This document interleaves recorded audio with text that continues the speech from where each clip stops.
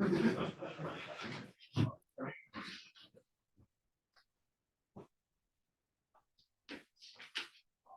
안녕하세요. 그러면 웹세미나를 시작하도록 하겠습니다.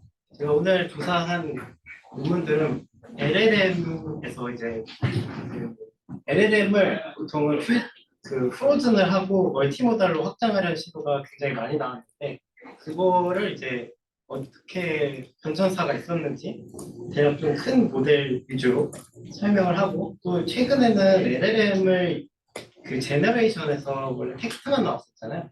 근데 이제 그 텍스트 제너레이션 된 거에 이미지까지 붙이는 그런 연구가 몇 개 있어서 그걸 가져와봤습니다.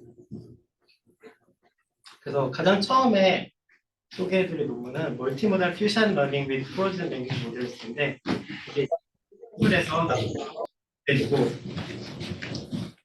보여지는 예시처럼 이제 요 셀퍼피션 레이어스라고 되어 있는 게 라지 랭귀지 모델이고 거기에 이제 비전 인코더를 붙여서 어떤 이제 VQ라든지 그런 태스크들을 수행하는 논문입니다. 근데 이제 여기서 보시면은 그 노란색 부분은 프로즌된 부분이고 빨간색은 튜닝을 하는 부분이거든요. 그래서 LLM은 프로즈하고 비전 인코더를 이 레이어 그레디언트를 계속 플로우 시켜서 이 비전 인코더만 트레이닝을 하는 모델입니다. 그래서 이거를 어떻게 자세히 조금 설명드리도록 하겠습니다. 우선 그래서 이 논문에서 말하고자 하는 거는 이렇게 하면은 제로샷 같은 경우 이제 LLM의 매핑을 비전 인코더의 정보를 LLM에 매핑 시켰기 때문에 제로샷도 가능하고 그다음에 뭐 예를 들면은 LLM 같은 경우에 그 데이터 안에서 보이지 않는 아웃 오브 보캐블러리가 많을 거잖아요. 그래서 그런 아웃사이드 놀리지 VQA 같은 데서 성능이 좀 잘 나온다고 합니다. 그리고 그 LLM에 있는 그 그라운딩, 예를 들면 사과는 사과로 그라운딩 될 수 있잖아요. 그게 아니라 그 인컨텍스트 러닝에서 패스트 바인딩이라는 개념이 있는데 패스트 바인딩은 아니고 그냥 바인딩이라는 개념이 컨셉 바인딩이라는 개념이 있는데 그걸 할 수 있는가? 그러니까 예를 들면 닥스라는 그냥 넌센스한 단어에 이 사과를 매핑시킬 수 있는가? 이거를 이제 실험한 결과도 보여주고 있습니다. 보통 조인트하게 안 하고 프로즌하는 게 조금 기본적으로 많이 가져가는 포인트라고 비전 인코더랑 텍스트 인코더를 같이 학습하는 건 일반적으로 하지 않아요. 클립이 더 일반적이다. 그런 것 같아요. 클립 같은 경우에는 그 스크래치부터 학습을 하긴 하는데 예를 들면은 LLM에 이미 너무 많이 트레인돼 있어서 여기 이 제너럴 캐파빌리티를 해치지 않는 선에서 비전 인코더를 매핑시키는 그런 연구들이 많은 것 같고요. 근데 또 그 예를 들면은 LLM을 튜닝하지 않기 때문에 얘가 LLM으로 그 그냥 톱밥으로 맞추는 경우가 있거든요. 비전 인코더랑 상관없이 그냥 그 질문이 이거니까 답은 이거 이렇게 돼버리는 경우도 있어서 그런 경우에 또 LLM 튜닝이 된다. 저 궁금한 게 있는데요. 네.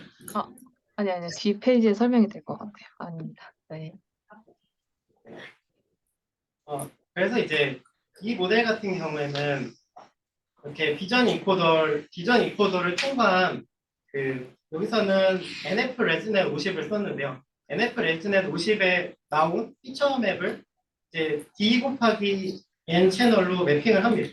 그다음에 그거를 이제 리쉐이프해서 N개의 시퀀스의 D 디멘전을 가지는 비주얼 토큰으로 매핑을 하고요. 이제 이 매핑하는 펑션과 이 비전 인코더는 트레이닝 되는 부분이죠. 여기서는 이제 노멀라이제이션 프리 레즈넷을 썼고 그 후속 연구에도 계속 나오지만 구글에서 특히 이 NF 레즈넷 50을 굉장히 좋아하는 것 같습니다. LM 같은 경우에는 프리트레인드 T5를 썼고요. 7B 모델이고 여기서는 실험을 했더니 이제 그 비주얼 인코더에서 나오는 그 비주얼 토큰이 N이 2인 경우가 가장 베스트였다고 합니다. 여기서 두 개의 토큰이 이 이미지를 비전 인코더를 통과한 두 개의 토큰이 나와서 이 비전에서 나온 토큰과 이 랭귀지 모델 여기선 트레이닝을 컨셉추얼 캡션 데이터셋 300만 개의 컨셉추얼 캡션 데이터셋에서 트레이닝을 했는데 그걸 이제 이 랭귀지 모델에 넣고 트레이닝하게 됩니다. 근데 이제 이 이미지 같은 경우에는 릴레이티브 포지션 인코딩을 썼기 때문에 모델 자체가 릴레이티브 포지션 인코딩을 썼기 때문에 뭐 앞에 붙던지 뒤에 붙던지 이런 것들은 이제 상관이 없게 되고요. 이제 앞에 같은 예시에 그 인풋이 가능한 겁니다. 인풋을 이미지를 넣고 텍스트를 넣고 또 이미지 넣고 텍스트 넣고 이런 식으로 이제 퓨전 이그램플을 넣고 그 다음에 아웃풋을 프리딕션 하는 것도 가능하게. 그래서 여기서는 이 논문에서는 VQA에 테스트를 해봤고 그다음에 LLM을 프로즌 했으니까 이거의 장점을 살리기 위해서 아웃사이드 VQA에서 얼마나 잘하는지 봤고 그다음에 그 미니 이미지네이션이나 패스트 VQA라는 걸 만들어서 패스트 VQA라는 걸 만들어서 이제 컨셉 바인딩을 얼마나 잘하나 그것도 테스트를 해봤습니다. 아웃사이드 놀리시가 있어요. 누구에 대한 아웃사이드 놀리시는 거예요? 그러니까 이전 데이터에 대한 아웃사이드 논리죠. 예를 들면은 이 두 번째 예제에서 첫 번째 예제 같은 경우는 이게 그냥 그 인사이드 컨셉이라고 보시면 돼요. 인사이드 논리죠. 그러니까 차는 파란색이고 차고 바퀴가 4개 이런 정보가 다 들어있는데 아웃사이드 논리지 같은 경우는 비행기 누가 개발했어요. 이러면은 이 이미지 안에 안 들어있잖아요. 그건 이제 그냥 얘가 지식을 알고 있어야 돼. 그거를 얼마나 잘하냐. 근데 랭귀지 모델은 알고 있는 거 아니에요? 그래서 랭귀지 모델이 프로즌 돼 있으니까 이걸 잘할 것이다. 근데 지금 좀 비전 인코딩은 또 프리체인드 모델을 갖고 오는 건가요? 아니면 프리트레인드 모델. 근데 프리체인드 모델이 비행기 사진을 안 본 것도 아니고 정보 자체가 왼쪽은 하려면은 사진을 보면 알 수 있는 거죠. 오른쪽은 사진만 보면은 모르는 근데 어차피 전체적인 모델 입장에서는 LLM이 모든 걸 알고 있는데 아웃사이드 놀리지 말하는 게 조금 그러니까 이 문제 자체 모델 캐패시티 안에 있다. 네네네. 그렇게 볼 수도 있겠네. 뭐 이미지 뭐 제너레이션 뭐 이런 것도 아니고 네. 그래가지고 어차피 대답은 랭귀지 모델이 해주는 것 같은데 비전은 조금 어떤 추가적인 정보일 뿐이지. 그렇죠. 근데 이제 여기서는 이제 비전 모델 입장에서 쓴 것 같더라고요. 그러니까 예를 들면 얘가 항상 랭귀지 모델 넣는다고 이렇게 이게 스티브 잡스가 개발했다 이렇게 말할 수 있는 게 아니라 네. 앞에 이제 퓨샷 이그젠플을 넣어줘야 이런 식으로 대답하는구나 하고 인식을 해서 그 다음에 대답을 이거 뭐야 라고 했을 때 스티브 잡스가 했다라고 나오게 되는 거라고 저는 이해를 하고 그러니까 만약에 이게 아웃사이드 노릿이 맞다면 저 비전 인코더 딴에 저 비행기를 텍스트 설명하는 텍스트 인베딩 만약에 대신 들어갔다면 그것도 아웃사이드 도메인이라고 생각하진 않을 거 아니에요. 이게 비전 인코더 입장에서의 아웃사이드 논리지? 비전 코더 근데 어차피 대답은 텍스트 인베더가 해주는 거예요. 어차피 대답은 텍스트로 받고 있는데 왜 비전이 모른다고 맞아.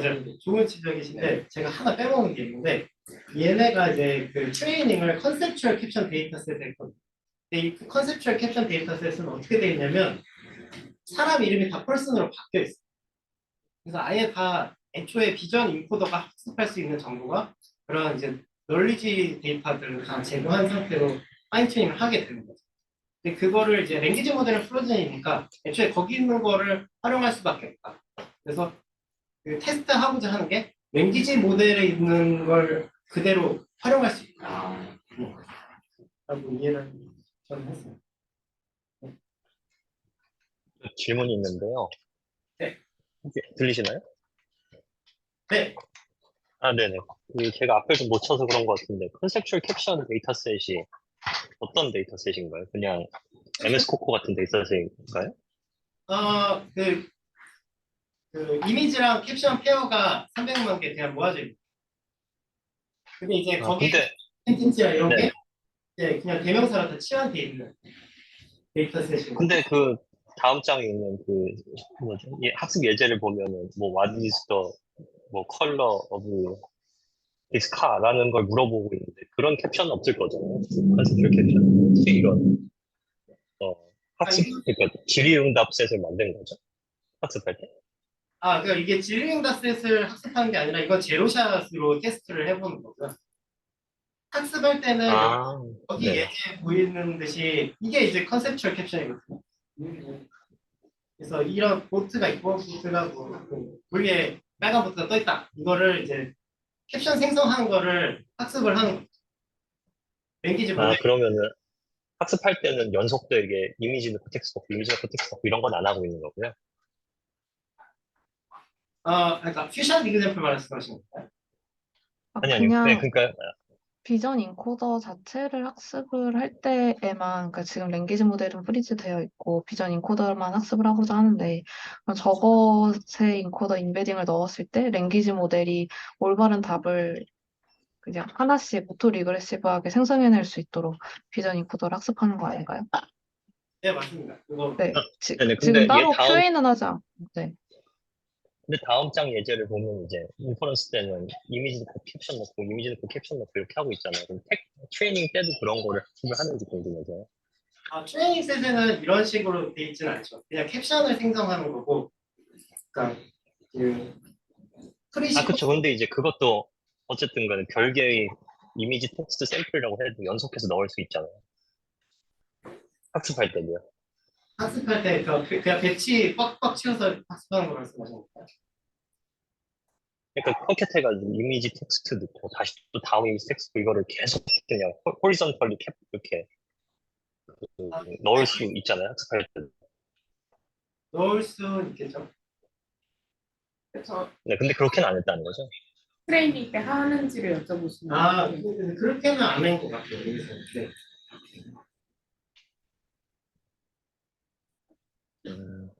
그리고 신기하네요. 근데 인퍼런스 때 한 번, 예전도 텍스트 다음에 이미지가 오는 걸 겪은 적이 없는데, 인퍼런스 때 텍스트 다음에 이미지가 와도 뭐 꼼짝도 안 하고 대답을 잘 한다는 거네요. 그런 것 같더라고요. 그러니까 랭귀지 모델은 어차피 그런 그 인컨텍스트 러닝 능력이 있으니까 그게 이제 하게 해주는 게 아닌가 생각을 합니다. 저는. 그리고 한 가지 질문이 더 있는데, 이게 NF 레지넷이라는 게 이미지넷 프리트레인드 된 모델인가요? 네네. 그러면은 이미지넷 클래스가 아닌 오브젝트에 대해서는 뭐 인터랙션이 불가능한 거죠? 그러니까 얘가 파인튜닝 되기 전에, 그러니까 이거를 랭귀지 모델에서 흘러온 그레디언트로 파인튜닝 되기 전까지는 이제 뭐 안 봤던 거에 대해서는 못하겠죠. 어, 근데 애초에 어쨌든 비전 인코더를 학습을 하니까요. 네네. 음, 그러면 비전 인코더는 어떻게 보면 이니셜라이즈 돼 있을 뿐이고, 풀리 그냥 랭귀지 모델의 그 어떤 인베딩들과 이제 온라인 되도록 학습이 되는 거죠. 네, 그렇죠. 네네. 알겠습니다. 감사합니다. 그래서 이제 오스 같은 경우에는 그 이미지 토큰이 들어가고 텍스트 토큰이 들어갈 때 다음 토큰을 맞추는 그런 텍스트 토큰 프리딕션 그대로 활용을 합니다. 그래서 실험을 해봤을 때 이제 그러면 파인 튜닝 한 거 왜 파인 튜닝을 다 하지 그냥 이렇게 프로즌 상태로 붙였냐. 이분들이 이제 실험을 해보니까 프로즌 한 상태가 훨씬 더 성능이 좋았기 때문이라고 말을 합니다. 여기 보시면 프로즌 같은 경우가 그 랭귀지 모델을 프로즌하고 비주얼 인코더만 트레이닝한 경우, 그다음에 스크래치부터 전체를 다 튜닝했을 때는 전혀 학습이 되지 않았고 VQA를 풀 정도로 학습이 되지 않았고, 그다음에 파인 튠을 한 경우에는 성능이 오히려 떨어지는 결과가 나왔습니다.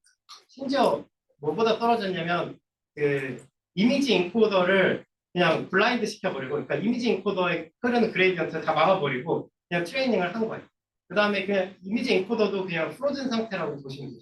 프로즌한 상태로 그냥 붙여놓고 그 인퍼런스 했을 때 그거보다도 이제 파인 튜닝 한 게 성능이 낮았다고 합니다. 그리고 밑에는 이제 VQA에 파인 튜닝 했을 때의 결과. 그래서 블라인드랑 그냥이랑 비교를 했는데 어쨌든 비전을 본다. 뭐 그런 차원에서 이해를 하시면 될 것 같습니다. 그리고 이제 오른쪽 같은 경우에는 아웃 놀리지, 아웃사이드 놀리지 VQA인데 이 경우에도 이제 그냥 프로즌 하면서 비주얼 인코드를 학습시킨 게 가장 잘 됐다. 이거 400M 같은 경우에는 얘네가 7B 모델을 썼는데 그 라지 랭귀지 모델이 확실히 더 잘한다. 라는 걸 보여주고 있습니다. 뭐 그런 경우는 이제 그 아웃사이드 놀리지가 라지 랭귀지 모델을 더 잘 돼 있기 때문이겠죠. 어떤 것도 이제 그 컨셉 바인딩을 또 실험을 해봤는데 예를 들면 이런 식입니다. 태스크 인덕션이 들어가고 이게 이제 무엇을 하는 태스크다. 그다음에 이게 이제 사자인데 블리켓이라고 하고 얘는 닥스고 얘는 블리켓이라고 하고 그래서 이런 투웨이 그 이그샘플에 대해서 투샷을 보여줬을 때 이렇게 프리딕션을 잘 할 수 있다라는 얘기고 밑에도 비슷한 얘기입니다.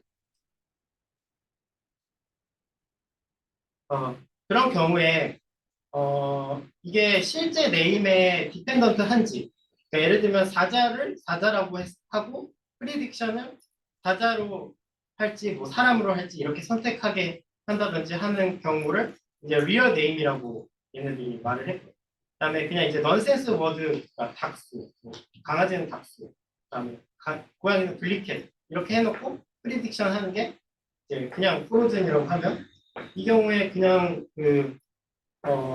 태스크 인덕션이 없는 경우에는 여기 이제 없는 거예요. 그러니까 이게 무슨 태스크인지 말도 안 했을 경우에는 오히려 이 리얼 네임을 해놓은 게 바이어스가 프리딕션 할 때 바이어스가 되는 것 같더라고요. 오히려 성능이 한참 안 좋았고 물론 이제 이게 이제 이너샷 같은 게 예제를 좀 많이 보여줬을 때는 사자를 실제로 사자라고 말을 하는 게 프리딕션을 잘 하긴 했지만 그게 아니고 이제 그 넌센스 워드로 클래스 워드를 대체한 경우에는 그냥 투샷으로 했을 때 뭐 원샷 같은 경우는 더 성능이 좋았다 이런 걸 보여주고 있습니다. 그리고 이제 얘네들이 이제 실험을 해봤을 때 투 클래스 레이블에 대해서도 실험해봤고 위쪽에 이제 투 클래스 그러니까 얘네들이 그냥 랜덤하게 찍으면은 50% 성능이 나와야 돼요. 보시면은 이제 이게 이널샷 같은 경우가 예제를 많이 보여줬을 텐데 얘네를 예제를 많이 보여주면 보여줄수록 50%에서 좀 더 많이 떨어진 성능이 나오는 걸 보실 수 있습니다. 뭐 그렇게 높은 정도인 것 같지는 않고 왜냐면은 이제 베이스라인 같은 경우에 파인 튜닝 된 건데 얘는 84%를 보여주고 있으니까. 근데 이제 얘네가 단점으로 지적한 거는 5웨이 같이 이런 클래시피케이션 카테고리가 늘어나면 늘어날수록 그냥 랜덤이랑 거의 차이가 없어졌다고 하더라고요. 그래서 이거는 아직 리미테이션이라고 말을 하고 있습니다. 여기서 리핏이 무슨 뜻이에요? 어디 말씀하실까요? 리핏, 네, 그 부분이. 여기요. 이거는 이제 예제를 몇 번 반복해서 보여줬느냐. 그래서 예를 들면 여기 다음에 나오는데요. 1 리핏, 1샷 같은 경우는 이 사진을 그냥 한 번 더 보여주는 거예요. 근데 이제 샷이 하나죠. 하나의 example이고 요 밑에 같은 경우에는 리핏은 하지 않지만 투샷을 하면 이제 두 가지 카테고리를 보여주는 그런 거 보시면 되겠습니다. 그리고 그 태스크 인덕션 같은 경우에는 요 이제 풀분하는 문제의 프롬프트라고 보시면 될 것 같습니다. 여기서 리핏이 가지는 의미가 뭐예요? 리핏은 그러니까 좀 더 강하게 시그널을 주는 걸 아닐까요? 실험 결과를 한번 비교해 볼까요? 그 리핏에 따라서 얼마나 차이가 나는지. 리핏에 따라서는 리얼 네임이 아닌 경우에는 넌센스 워드 같은 경우에는 이제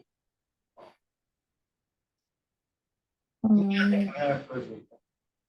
이게 뭐 베이스라인에서 많이 써가지고 가져온 걸까요? 그러니까 보면 아래에 지금 테스트 블라인드나 NIL 베이스라인에는 저 실험, 리피트 실험이 없는데, 네. 저게 왜 들어가 있는지 궁금해서요. 어, 테스트 블라인드 같은 경우에는 애초에 그 이미지를 넣을 수가 없다 보니까 뭐 하나밖에 그러니까 넣을 수가 없고 뭐 여러 번 넣어도 그게 그냥 똑같은 것 같고 아, 네, 알겠습니다. 여기서 이제 이게 리얼 네임일 때 리핏을 더 높였을 때 리얼 네임일 때 떨어지는 경향이 있는데 이거는 이제 페이퍼에 대한 제가 찾아보지는 못했습니다. 그에 대한 설명은 없더라고요. 리핏이나 샷에 대한 개념은 들었습니다. 그레디언트가 서로 이미지들끼리 콘플렉트 하는 거 아닐까? 그러니까 이거는 좀 인퍼런스 아닌가?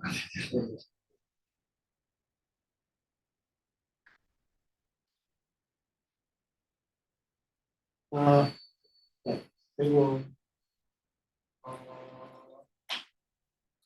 그래서 테스트 VQA 같은 경우에는 아까 보여드렸던 그런 이것도 여기서 그 밑에 경우를 말하는 건데 책상하고 호리병이 있을 때 이 책상하고 호리병 합쳐놓고 여기서 책상 색깔 뭐야 이런 걸 질문하는 건데 그런 거 했을 때도 이제 블라인드보다 또 그냥 이제 실제로 이미지를 보는 경우가 훨씬 더 성능도 좋았고 샷을 올릴수록 성능이 좋았다. 라는 걸 보여주고 있습니다. 그래서 여기서 이제 메이저 파인딩이라고 제가 생각되는 거는 인컨텍스트 러닝의 캐파빌리티가 이제 LLM으로부터 볼 수 있다라는 거고 CC 그러니까 컨셉추얼 캡션 같은 경우에는 이런 제너럴 워드로 다 대체가 됐기 때문에 아웃사이드 논리지를 확실히 사용하는 것 같고 LLM이 컨셉 바인딩이 5웨이로 가게 되면은 아직 갈 길이 멀다라고 볼 수 있겠습니다. 이거에 이제 후속 논문으로 나온 게 최근에 아직까지도 소타죠 플라밍고이고요. 이 플라밍고 같은 경우에는 앞에서 안 되던 퓨샷 이그젬플을 좀 더 잘하게 학습을 했고 심지어 파인 튜닝된 예제들보다 그러니까 모델별보다 성능이 좋은 모델이라고 볼 수 있습니다. 그래서 예를 들면 이런 여러 가지 풀고자 하는 테스트에 인컨텍스트 예제를 주고 다음에 뭘 프리딕션 할지를 이제 풀게 하는 컴플리션. 성능이 굉장히 좋은데 여기 빨간색으로 보이는 부분이 플라밍고 80B 모델이고요. 그다음에 32샷을 줬습니다. 그리고 이 점선으로 보이는 게 파인 튜닝의 소타고 그다음에 이 흰색으로 보이는 부분이 제로샷, 퓨샷 소타였습니다. 그거에서 확실히 굉장히 아웃퍼폼하는 결과를 보여줬고 6개의 태스크에 대해서는 뒤에 보이는 이제 아웃사이드 논리지 포함해서 6개의 테스트에 대해서는 파인 튜닝보다 성능이 좋았습니다. 얘네들은 랭귀지 모델을 프로즌하고 심지어 이제 비전 인코더까지 프로즌을 하는데 그 중간 사이에 이제 매핑하는 모듈을 트레이닝하게끔 잘 설계를 했습니다. 예를 들면 이런 식으로 강아지가 들어가고 귀여운 강아지, 고양이가 하고 그 다음에 말을 굉장히 심각한 고양이다 이렇게 만들어야 되는데 그걸 할 때 일단은 비전 인코더를 통과를 해서 어떤 프로즌된 비전 인코더를 통과해서 이제 나오는 인베딩들을 가지고 이 인베딩에 랭귀지 모델을 인퍼런스 할 때 저희가 크로스 어텐션을 볼 수 있잖아요. 인코더, 디코더 모델처럼. 그래서 원래는 크로스 어텐션이 없는데 그래서 중간중간 레이어마다 크로스 어텐션 모듈을 넣어서 이 비전을 참조하게 합니다. 그러면 이제 그렇게 해서 나머지는 다 프로즌을 시켜놓고 이 중간에 매핑하는 이 리샘플러 부분이랑 크로스 어텐션 부분을 학습을 하면 원하는 캡셔닝 모델이 나옵니다. 리샘플러가 뭐예요? 리샘플러가 여기서 좀 이따 설명하겠지만 DIT처럼 어떤 런어블 쿼리를 가지고 샘플링을 합니다. 이 비전에서 나온 아웃풋을 샘플링하는 방식. 그래서 샘플링이라고 부른 것 같아요. 왜 이렇게 부른지 모르겠는데. 그게 무슨 뜻이죠? 원어민 소리를 가지고. 네. 한번 그걸 먼저 볼까요? 이 부분인데요. 네. 예를 들면 여기는 이제 비디오 예제인데 비디오가 이렇게 들어가는 방법을 가정을 해보면 비전 인코더를 하나하나씩 통과하고 그다음에 템포럴 템포럴 포지션 인베딩을 더해줄 수 있습니다.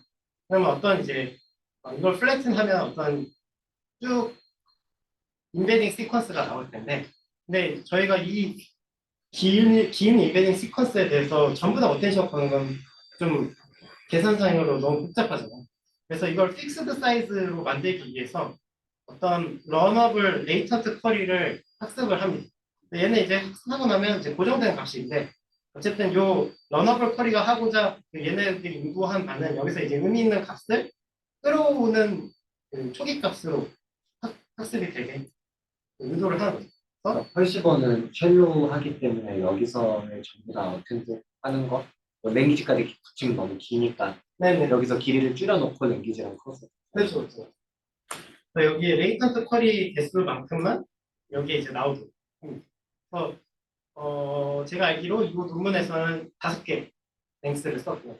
쉽게 생각하면 CLS 토큰을 따로 배운다고 생각하면 되는 건가요? 아, 그렇죠. 네. 비전 단에서. 네, 비전 인베딩을 인풋으로 해서 이제 CLS 토큰 5개를 배운다. 생각하시면 될 것 같습니다.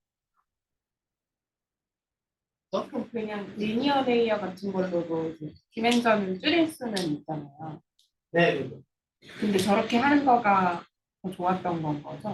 그게 네, 고조정 불가능하지 않나요? 저 이미지 개수가 정해진 게 아닌데. 구조적으로 불가능하지만, 그러니까 뭐 이렇게 예를 들면 그냥 아웃풋 사이즈를 고정해놓고 에버리지 풀링을 해서 할 수는 있겠죠.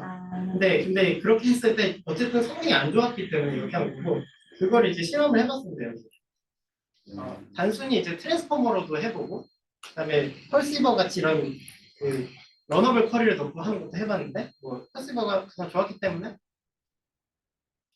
뭔가 오버롤 스코어는 비슷하네요. MLP 하나, 트랜스포머 하나, 프리시버 여기 네, 뭐 0.01 차이 나는.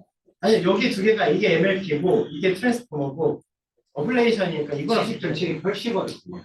네, 여긴 이거를 다 쓴 거고 아. 여기서 어블레이션 한 게 이제 뺀 거니까 여기서 이렇게 비교를 해요.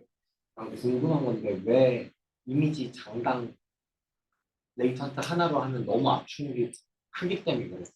그러니까 저렇게 토큰으로 다시 쪼개서 넣는 경우를 잘 못 본 것 같았어서 원래 그 랭귀지처럼 멀티모달에서 좀 이미지를 이렇게 토큰으로 쪼개서 넣는 한 장의 이미지를 하나의 레이턴트 벡터로 안 보고 저렇게 쪼개서 많이 있잖아요. 그런 거 같더라고요. 왜냐면은 그 비전 안에도 여러 가지 개념이 있을 거잖아요. 그러니까 비행기 한 장만 있는 경우는 그 멀티 오브젝트가 있는 경우도 있는데 그런 경우에는 이제 여러 가지 개념이 들어있을 수 있으니까 그거를 텍스트 레벨로 쪼개는 게 유리하지 않을까. 텍스트는 하나의 개념에 한 단어니까 그 이미지 안에 있는 거를 텍스트랑 레프레젠테이션을 맞춰주면 쪼개서 개념 단위로 쪼개주는 게 좋을 수 있다. 그렇지 않아요. 이거는 되게 제 생각이라서. 근데 좋은 해석 같아요. 되게 말 되는 것 같아요. 그럴 수 있을 거죠. 그럼 이제 리샘플러는 먼저 봤고 저희가 봐야 되는 건 이제 크로스 어텐션 부분이겠죠. 크로스 어텐션 부분은 사실 중요한 부분이 이니셜라이즈를 하는 부분이고 나머지는 우리가 그냥 익히 아는 그런 크로스 어텐션 블럭이 있어요. 비전 인풋, 그러니까 리샘플러를 통과한 그런 픽스드 사이즈의 비전 인풋이 있고 그 비전 인풋을 크로스 어텐션을 하는데 크로스 어텐션 한 요 어텐션 블럭이랑 피드 포워드 네트워크 블럭을 이 원래 있던 랭귀지 모델의 셀프 어텐션 레이어마다 그 프리 노멀라이제이션 할 때 넣는 그 부분 있잖아요. 그 부분에다가 이 모듈을 집어넣습니다. 근데 여기서 이 페이퍼에서 중요하게 지적했던 점은 이거를 제로 이니셜라이즈를 하지 않으면은 처음에 그 학습할 때 이 랭귀지 모델의 웨이트를 깨뜨리기 때문에 학습이 잘 되지 않는 인스테이블리티가 있다라고 해서 이거를 탄젠트 하이퍼 탄젠트 게이트를 중간에 추가해서 이 게이트가 처음에는 0으로 이니셜라이즈 돼 있고 그 알파 값이 이제 러너블한 알파 값이 들어가요. 그래서 이 러너블한 알파 값이 얼마나 이 비전에서 땡겨올지를 학습하게 돼서 결과적으로 처음에는 그냥 랭귀지 모델에서 출발했다가 비전을 보게 되는 방식으로 학습된다고 보시면 될 것 같습니다. 그리고 이제 보라색만 학습되고 있는 거죠? 네, 보라색 방식으로. 그래서 이제 여러 가지 이미지가 들어간 수 있잖아요. 근데 아까 픽스드 랭스라고 했지만은 이게 또 여러 가지 이미지가 쭉쭉쭉 들어가면은 얘가 그 어텐션 하는 그 스페이스가 계속 제곱 단위로 늘어나겠죠. 랭스가 늘어남에 따라서.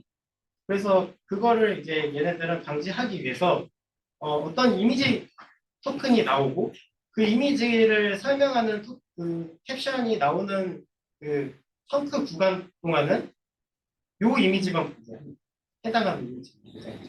그리고 그 다음에 이제 캣을 설명하는 구간에는 캣으로부터 나온 리샘플러의 결과만 이제 보게 하고 이런 식으로 여기는 마스킹 하는 걸로 나왔는데 이거를 좀 더 최적화를 해서 하면은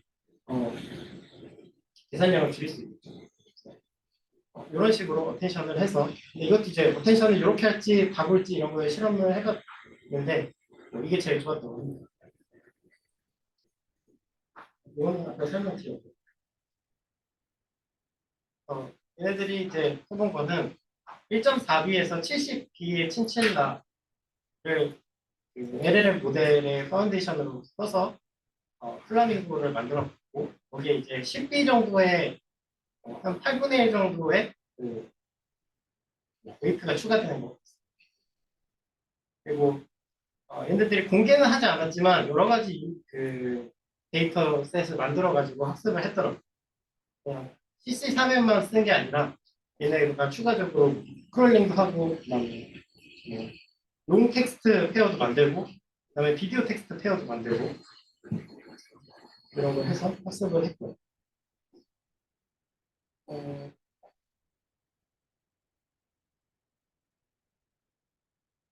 그리고 얘네들이 요 데이터셋별로 따로따로 튜닝을 한 게 아니라 얘네들을 그냥 다 같이 한 번에 배치해 놓고 트레이닝하는 방식으로 했다고 합니다. 그랬을 경우에 이제 성능이 소타보다 좋은 경우가 많았고 그럼 이렇게 소타보다 근데 소타보다 높은 거는 보면은 32샷을 준 것도 있지만 파인 튜닝 했을 때 아니죠. 제가 말씀을 잘못 드렸는데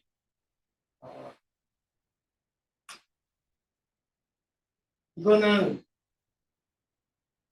소타를 얻지 못한 32샷에 대해서 파인 튜닝을 해본 결과입니다.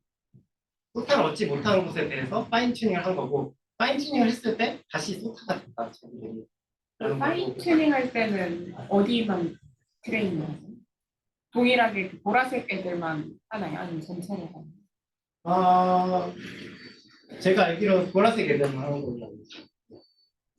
각각의 데이터에 대해서 이제 그 제로샷, 32샷 퓨샷으로 성능이 안 나왔던 것에 대해서 파인 튜닝 해봤을 때 소타에 근접하거나 더 높은 성능을 보였다라는 거. 네, 여기서 보시면은 아직 비주얼 다이알로그나 이런 거는 달성하지 못한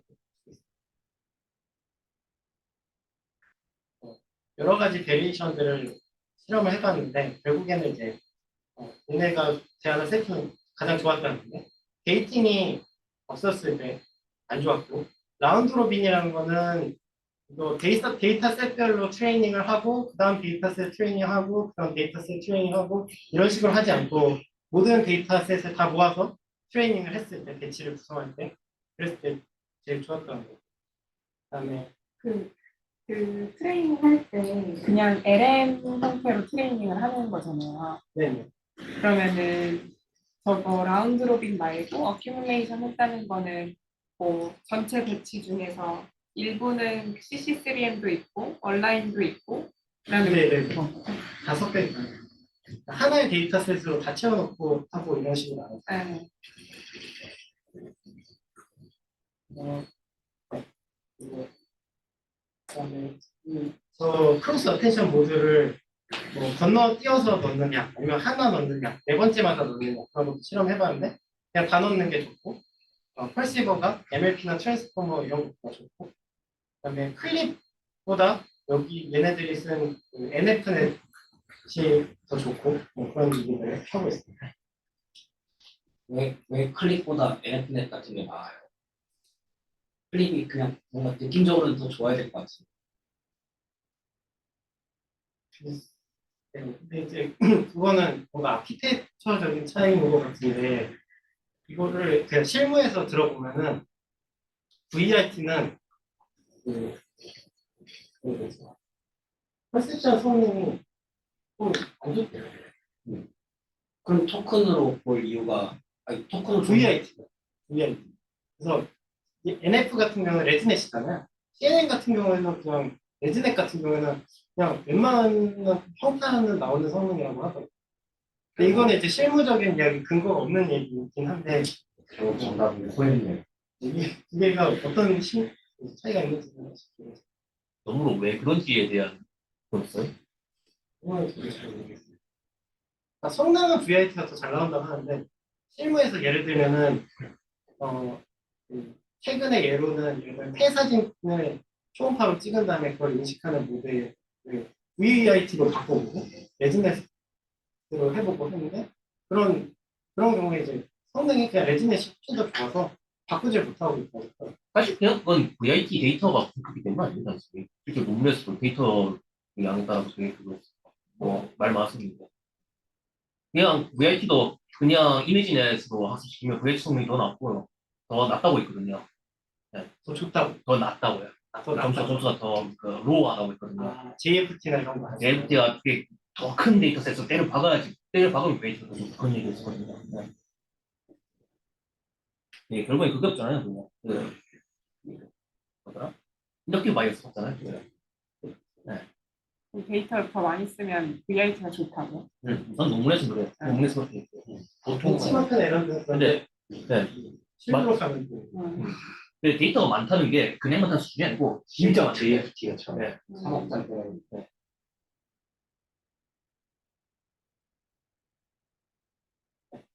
보시면은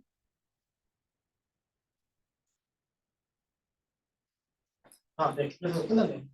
그래서 플라밍고는 여기까지 있고 올해 이제 4월에 얼마 전에 조금 핫했던 모델이 이제 라바라는 모델이 여기는 오히려 그 모델은 굉장히 간단해요.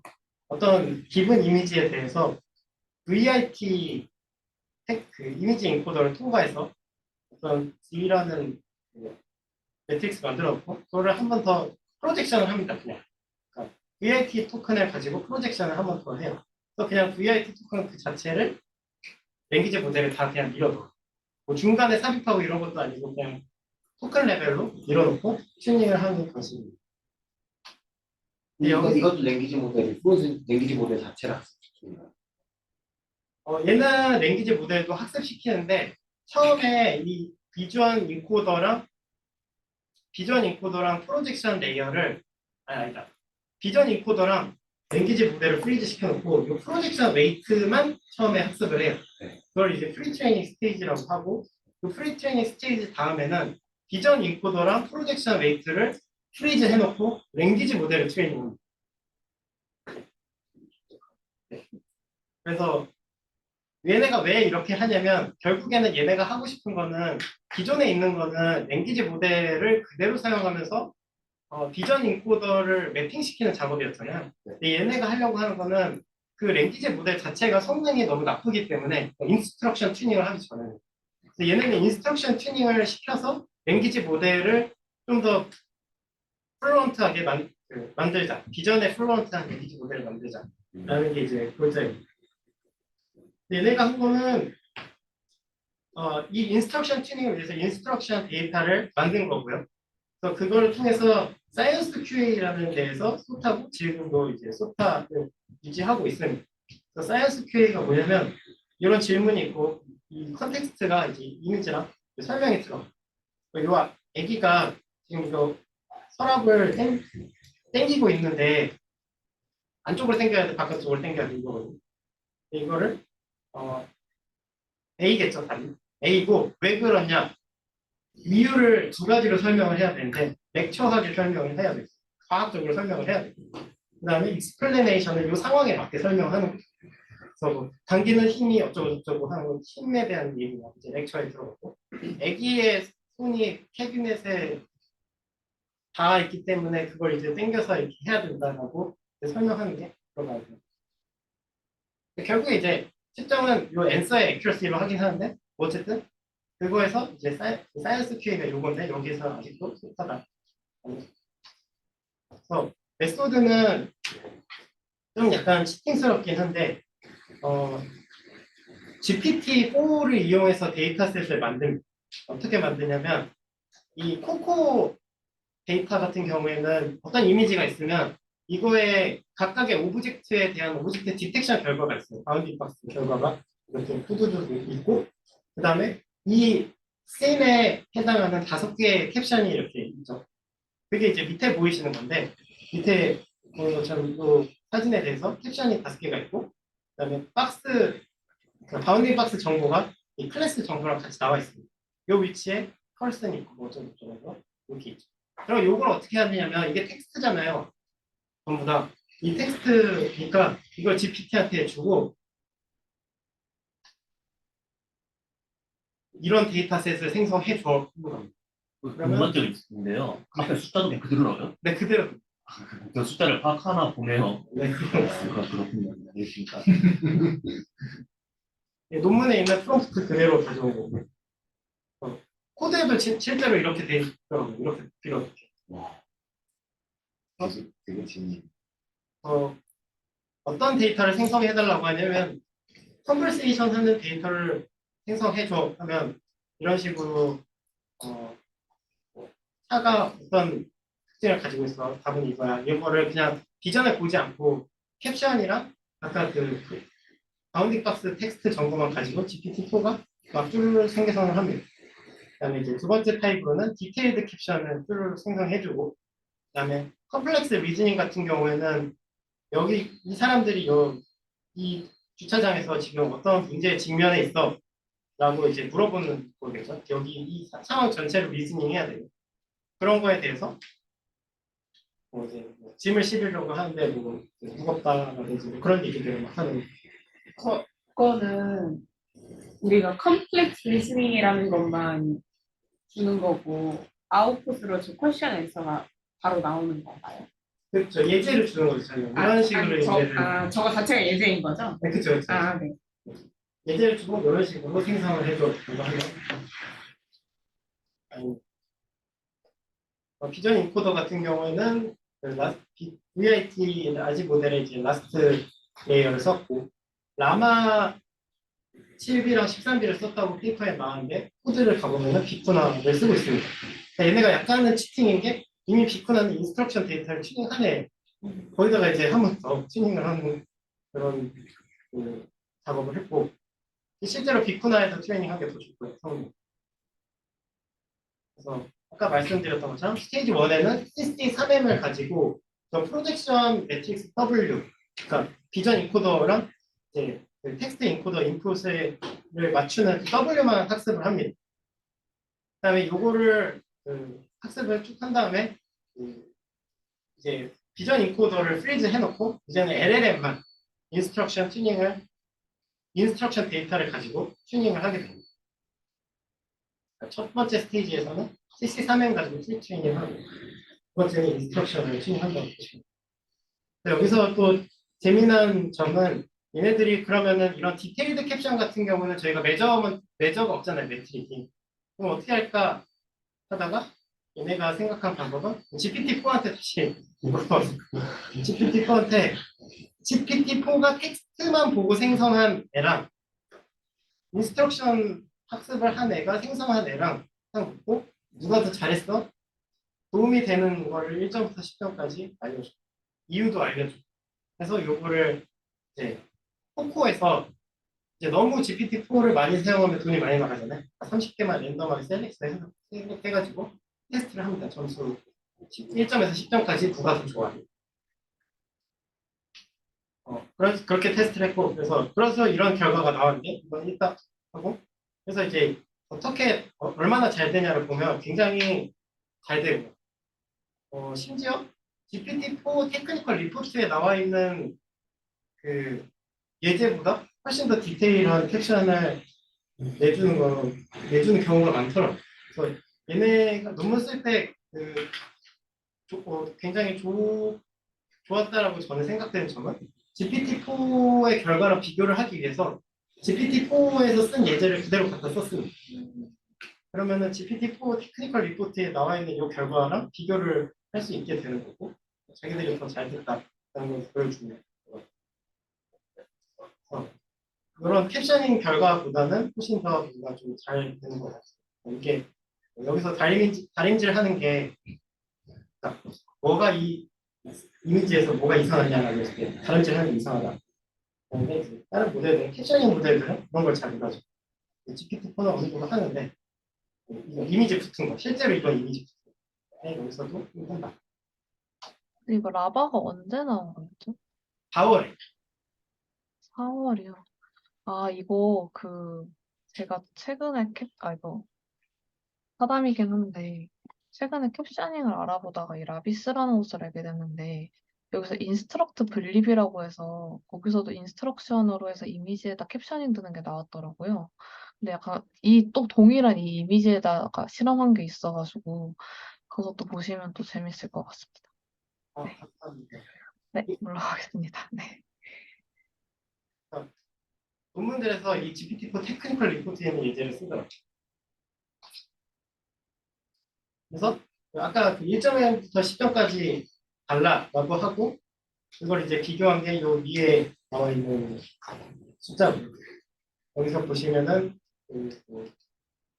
컨버세이션 스타일이 많은 경우, 디테일이 많은 경우, 콤플렉스가 많은 경우, 다 섞인 경우 이런 걸 비교해 놨는데 어쨌든 어려운 데이터가 많이 들어가면 들어갈수록 좀 더 잘하게 됐다. 오히려 컨버세이션 결과 같은 경우에는 다 넣은 경우에는 제일 좋지만 디테일 컴플렉스만 넣은 경우에도 어느 정도 잘 된다라고 보여주고 있습니다. 그러니까 어려운 예제가 확실히 성능 향상에 도움이 되는 거. 저 궁금한 게 있는데요. 그 앞에 장에서 생성 예제 보면 그 GPT-4로 나온 걸로 트레이닝을 시켜서 나온 인퍼런스 결과일 텐데 되게 그 길이가 엄청 차이가 많이 나 보이는데요. 이런 게 여기서만 이런 예제에서만 이런 걸까요? 아니면은 뭔가 전반적으로 약간 라바에서 좀 길게 나온다라는 뭔가가 있었을까요? 얘네가 생성한 데이터를 보면 디테일 캡션이 굉장히 길게 생성하도록 해주거든요. 그러니까 애초에 GPT-4는 그 비전 인스트럭션 튜닝을 했는지는 모르겠지만 인스트럭션 튜닝을 했는지는 모르겠지만 어쨌든 그 모델 같은 경우에는 이렇게 좀 간결하게 설명하는 경향이 있는 것 같더라고요. 얘는 애초에 데이터 생성을 그냥 크게 하도록 했기 때문에 모델이 이렇게 길게 말하는데요. 이거를 실제로 돌려보면 어떤 경향이 있냐면 반대로 라바는 짧게 말을 못해요. 풀어줄 거예요. 계속 말을 해요. 역시 빅쿠라가 제일 풀어줄 거잖아요. 그거 영향 아니에요? 아 그런가? 네. 그건 잘 모르겠는데 아무튼 제가 필요한 거는 어떤 데이터를 설명하는 문장 하나만 생성해줘 했는데 얘가 항상 5개를 생성하고 그래서 그런 문제가 있어요. 무슨 멋있을까? 그거 인스트럭트 분립에서 어느 정도 해결이 되는데 그거 인스트럭트에서 프롬프트를 좀 한 문장으로 해줘라 아니면 좀 숄트 디스크립션을 해달라라고 하면은 저 이미지에 대해서 a man in a yellow shirt is standing on the top of the car 뭐 이런 식으로 간단하게 나오거든요. 그래서 약간 네, 그런 게 있습니다. 네. 그럼 그건 가장 중요한 그 여러 가지 중에 가장 중요한 걸 말하나요? 아니면 그냥 그런 것 같아요. 이제 보시면은 인스트럭트 블립이라는 게 저 블립 2랑 패밀리라고 보면 되는데 사실 그 문장과 거의 다를 바가 없어 보이거든요. 그러니까 디테일하게 뭐 이 상황이 이상하고 뭐 제가 뭐 저러고 저 뭐 아이 뭐 물체 색상 같은 건 기술하지 않고 큰 어떤 물체와 그 어떤 구조에 대해서만 간단하게 기술을 하고 있는 것 같아요. 네, 네. 감사합니다. 네. 네. 넘어가시면 될 것 같습니다. 그래서 이제 얘네들이 어, 이래도 되나 싶은 게 조금 있었는데 사이언스 QA 같은 경우는 얘가 그냥 라바 가지고 테스트를 해보면 이 정도 성능이 나오거든요. 이제 소타가 아닌 거죠. 90.9. 그래서 어떤 짓을 하냐면 첫 번째는 만약에 GPT-4, 그러니까 GPT-4한테 텍스트로 이 이미지를 주고 생성해봐. 했을 때 GPT-4가 실패를 하면 라바를 씁니다. 그래서 라바가 성공하면 라바가 성공했다. 하고 그래서 GPT-4가 풀면은 GPT-4가 푼 것도 우리가 한 거다. 이렇게 해서 손을 쥐고. 네, 근데 이것도 그렇게 성능이 좋지 않죠. 획기적인데. 네. 두 번째는 어떤 짓을 하냐면 이건 좀 너무했나 본지. 두 번째는 GPT-4랑 라바랑 생성을 동시에 해서 두 개가 다르면은 대답이 이제 키 피처가 다르면은 GPT-4한테 다시 그 생성을 하도록 합니다. 그거 할 때는 라바의 결과랑 GPT-4의 결과를 넣고 GPT-4한테 다시 생성을 해답니다. 그래서 GPT-4가 다시 생성했을 때 얼마나 더 잘 했을 때 소타를 얻었다고. 그래서 이게 GPT-4가 얻은 건지 GPT-4를 어시스트한 라바가 저 성능을 달성한 건지 잘 모르겠어요. 아무튼 소타 기술. 라바 저거 가동식은 공개돼 있나요? 네. 아, 다행이네. 그래서 뭐 근데 뭐 GPT-4 저지먼트 같은 걸 이용하는 것도 괜찮은 것 같고 GPT-4로 그 테크니컬 리포트 결과를 쓰는 것도 괜찮은 것 같고 GPT-4로 밸리데이션 결과를 보는 것, 점수 내는 것도 나쁘지 않은 것 같아서 여기 부문에서는 그런 점이 좀 특이했던 것 같아요. 그 다음에는 저 여쭤볼 게 있는데, 방금 그 라바에서 모델 학습할 때, 처음에는 W, 그 프로젝션 매트릭스만 학습하고, 두 번째에는 LLM이랑 W를 같이 학습하는 건가요? 네, 근데 W 그거 왜? 아, 네, 그 프로젝션 웨이트 매트릭스는 그 두 번째 스테이지에서도 계속 학습을 하는 건가요? 어, 제가 거기까지는 확인을 정확히 안 해봤네요. 아, 네. 제가 잘 모르는 게, 그러니까 왜 이렇게 스테이지를 두 개를 나눠서 하는 건가요? 제 생각에는 비전 인코, 그러니까 프로젝션 매트릭스는 처음에는 그냥 랜덤 이니셜라이즈잖아요. 그러니까 이 상태에서 트레이닝을 하게 되면 비전 인코더도, 비전 인코더는 트레이닝 안 하니까 상관없는데, 랭귀지 모델 같은 경우에 이제 그냥 아무 상관없는 랜덤 밸류에 포함될 수 있으니까, 그거를 막아주기 위해서 일단은 랭귀지 스페이스로 비전을 보내는 거를 먼저 학습을 하는 것 같아요. 아, 이게 지금 비전만 프리트레이닝 된 거 갖다 사용하는 건가요? 비전도 프리트레이닝 되고 LLM도 프리트레이닝 아, 되는데 중간에 아, 이제 네. 연결하는 애가 랜덤 이니셜라이즈 되잖아요. 네네. 아, 그거를 네네. 트레이닝을 해놔야 나중에 이제 이거를 랭귀지 모델을 이제 프로즌을 풀었을 때 뭐 웨이트가 확확 바뀌는 일이 없지 않을까. 아, 그럼 스테이지 1 없이 처음부터 2로 했을 때 망가지는 것도 뭔가 실험 결과에 나와 있나요? 어, 아니요, 그건 없습니다. 아, 네. 네, 감사합니다. 뭔가 약간 2에서는 전체를 다 파인 튜닝했다고 하면은 약간 그럴 것 같은데 LM만 트레이닝 한 것도 좀 아, 네. 그래서 이 다음 모델은 비전도 학습을 해보자. 라는 거예요.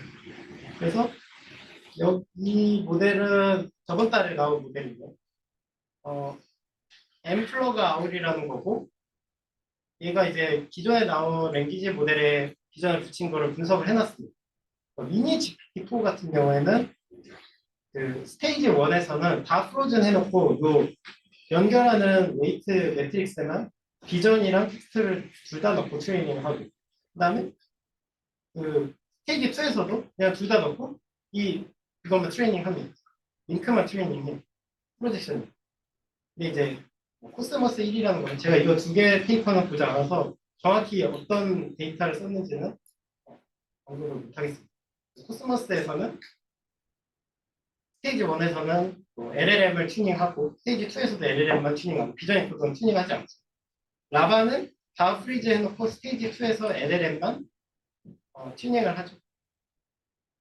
이제 엠플러그 아울에서는 스테이지 1에서는 LLM을 프로즈 해놓고 비전을 트레이닝을 하고 그 다음에 스테이지 2에서는 비전을 프리즈 해놓고 LM을 튜닝하는 식으로 요 두 모달리티 간의 약간 얼라이먼트를 맞춥니다. 얘네들이 공개한 데이터가 이제 어울 이발이라는 건데 이따 보여드리겠습니다. 얘네들이 트레이닝 방식 중에 중간에 이제 비전 인코더에서 프리 트레인드 LM으로 가는 중간에 이제 웨이트 매트릭스가 그냥 프로젝션 매트릭스도 있고 여러 가지 방법이 있을 수 있는데 얘네들은 그 플라밍고에서 썼던 그 방식을 썼습니다. 아까 이게 뭐죠? 펄시버였는데 여기서는 이름을 비주얼 어브스트랙터라고 부르고 결국에 하는 거는 러너블 토큰이 있고 그거를 트랜스포머 레이어를 통과해서 어떤 픽스드 사이즈 인베딩을 내는 방식입니다. 그래서 그 픽스드 사이즈 인베딩, 비전 인베딩이랑 그다음에 그 인스트럭션에 들어가서 아웃풋이 생성되는 방식을 트레이닝했다고 보시면 돼요. 트레이닝 첫 번째 스테이지에서는 비전 어브스트랙터랑 비전 인코더를 둘 다 트레이닝하고 스테이지 2에서는 LLM을 그렇게 많이 트레이닝하지 않는 선에서 로라를 사용해서 트레이닝을 했다고 합니다. 이분들이 쓴 거에 따르면 자기들은 비쿠나라든지 이런 걸 쓰지 않았기 때문에 좀 더 페어하다 말을 하고 있어요. 그리고 이 모델에서 중요한 이런 발견 중에 하나는 그 인스트럭션 튜닝을 할 때 비전 인스트럭션 튜닝만 하는 게 아니라 그냥 텍스트 온리 데이터도 같이 중간에 섞어서 넣어야지 더 성능 향상에 좋았다라고 하더라고요.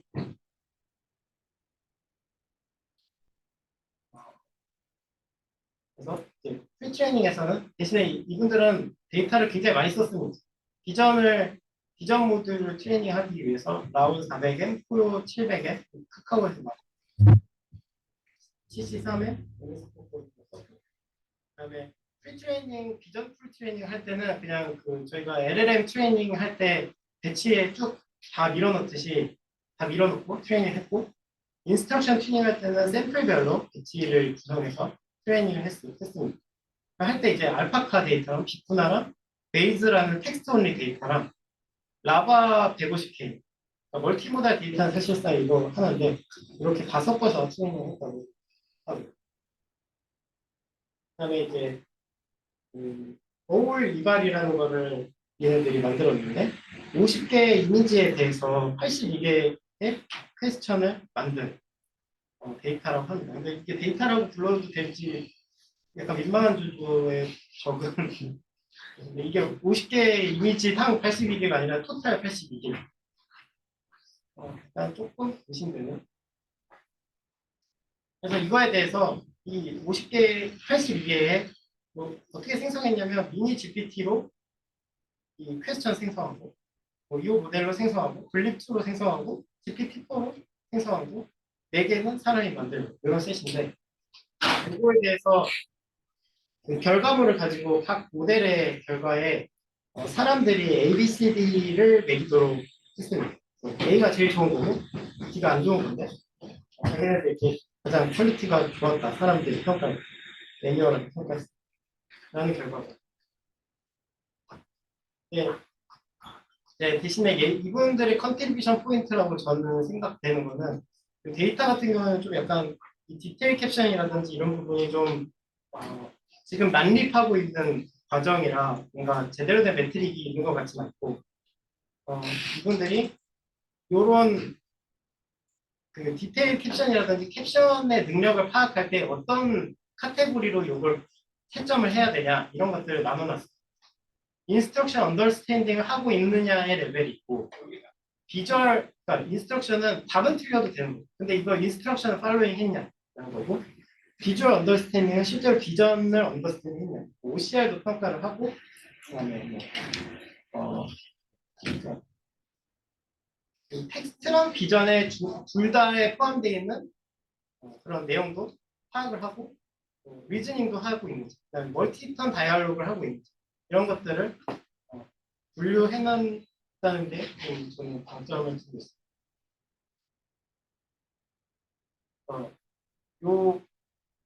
요렇게 요 86개를 요 82개를 이렇게 나눠놨어요. 몇 개씩 나눠놨는지 제가 자세히 보진 못했는데 그거를 이렇게 인스트럭션 언더스탠딩 하고 있는지를 나눠놔서 그거에 대해서 각각의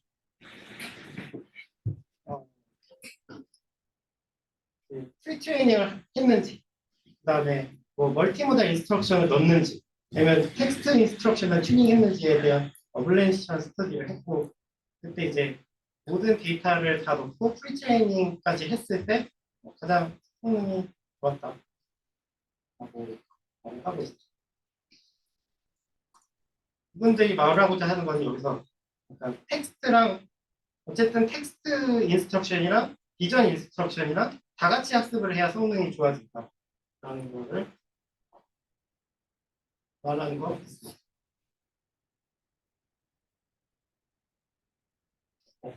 그다음에는 이거는 이제 저번 주인가? 저저번 주인가에 나온 데이터고 얘네는 대용량 데이터를 만드는데 중점을 두고 있고 각각의 그 태스크를 비전 인스트럭션 태스크를 퍼셉션이랑 카테고리랑 리즈닝이랑 카테고리랑 플래닝이랑 카테고리로 나눠서 이 각각의 그 카테고리 안에 있는 데이터들의 수집하는 그런 소스도 조금씩 다르고 그다음에 이런 퀘스천 스타일도 다르고 TV 드라마를 그냥 물어보는 경우 아니면 두 가지 이미지를 주고 다른 점을 설명하는 그런 카테고리도 있고 뭐 인도 상황에서 다음에 나 이런 상황인데 다음에 뭐 할까? 라든지 뭐 이런 상황에서 뭐 할까? 이런 것들이나 그다음에 이런 스토리텔링 하는 어떤 일련의 사진을 주고 그다음에 QA를 하는 그런 데이터를 다 모아서 튜닝을 해보자. 그냥 사람들이 생각할 때 퍼셉션 다음에 난이도가 리즈닝이고 리즈닝 다음에 난이도가 플래닝이고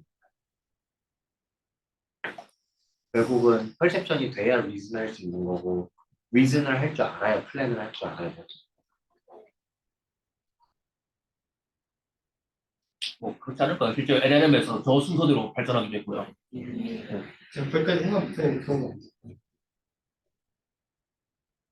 결국은 로보틱이나 그런 RL이 접목된다고 하면 결국은 플래닝을 하기 위한 비주얼라이제이션 도와줘야 되는데 리즈닝이라는 거를 생각을 처음 해본 거 항상 퍼셉션 다음에 플래닝으로 생각했는데 이게 스텝이 저기 펄섹션 다음에 리징이나 체인업소도 말한 거죠? 그래서 아닌가요? 그렇다기보다는 여기에 나와 있는 예제는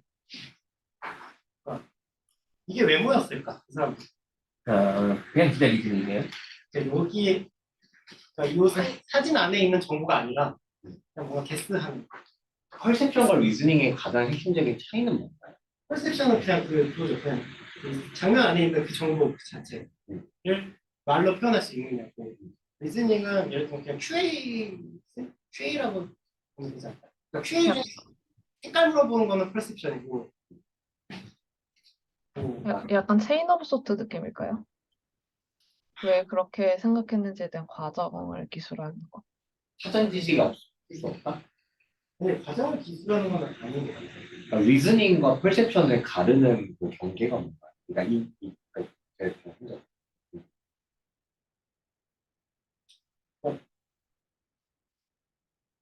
질문 같은 경우가 고양이가 노트북 위에 왜 앉아 있을까? 요게 약간 리즈닝이라는 거고 그러니까 여기 이 논문 기준에서 말씀드리는 네. 이제 고양이가 어디 있어? 이거는 perception. Y라는 질문이 들어가서 그거는 imagining이지 않을까요?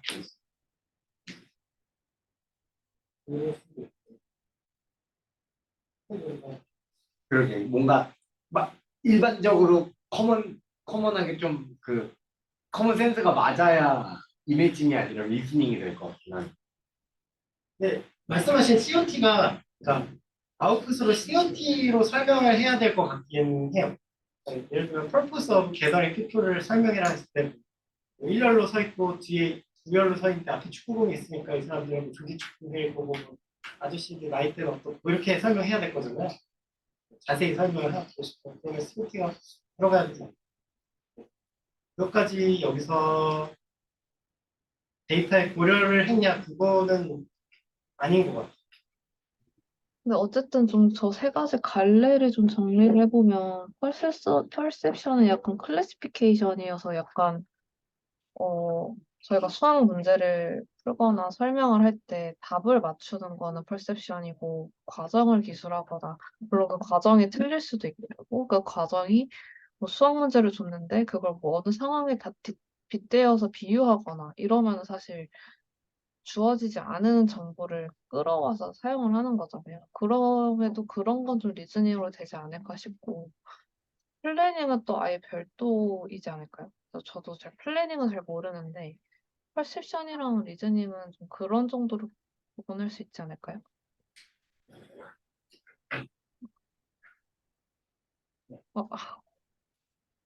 아닌가요? 그럴 것 같습니다. 네. 그래서 약간 경계가 애매모호한 부분도 있긴 한데 네.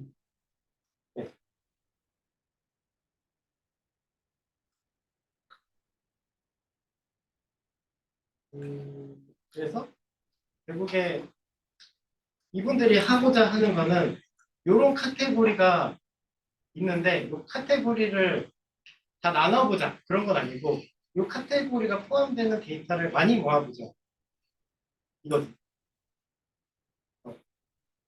데이터를 기존에 있는 데이터를 다 연결해서 모읍니다.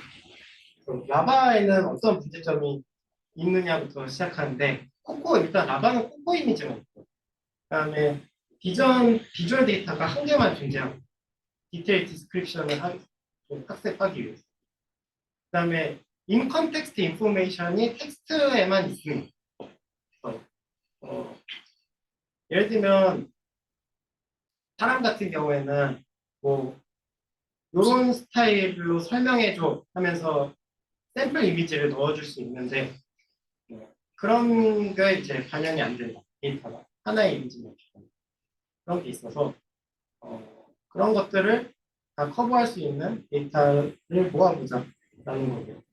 그래서 이거를 굉장히 이미지랑 비디오도 모으고 그다음에 에고센트릭 뷰라고 해서 1인칭 시점 있잖아요. 그 1인칭 시점에 그 데이터랑 그다음에 인도어싱 다 이제 제너럴 도메인에 대해서는 다 아웃도어가 굉장히 많고 뭐 예를 들면 산에서 찍은 거 이런 게 많고 하니까 그런 거 말고 이제 인부어싱 같은 거 넣자. 넣고. 네.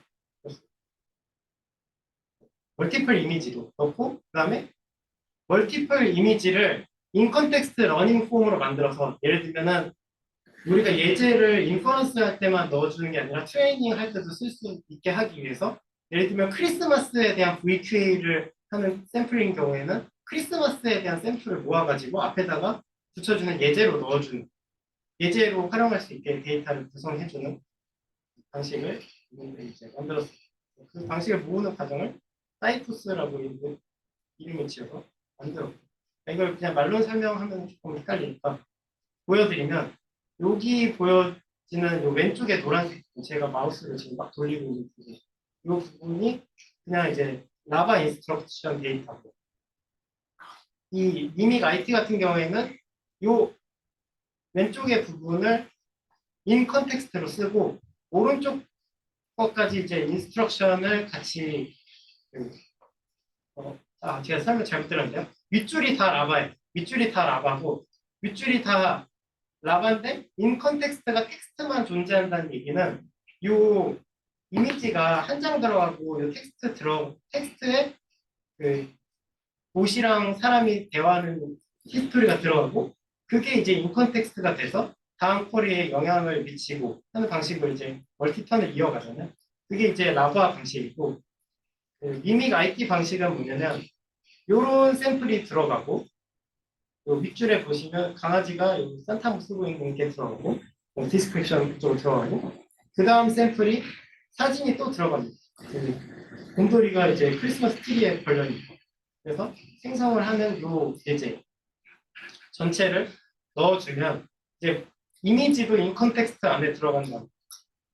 그리고 이제 비디오 같은 경우도 멀티 이미지가 들어가니까 이런 식으로 모았다. 그리고 이제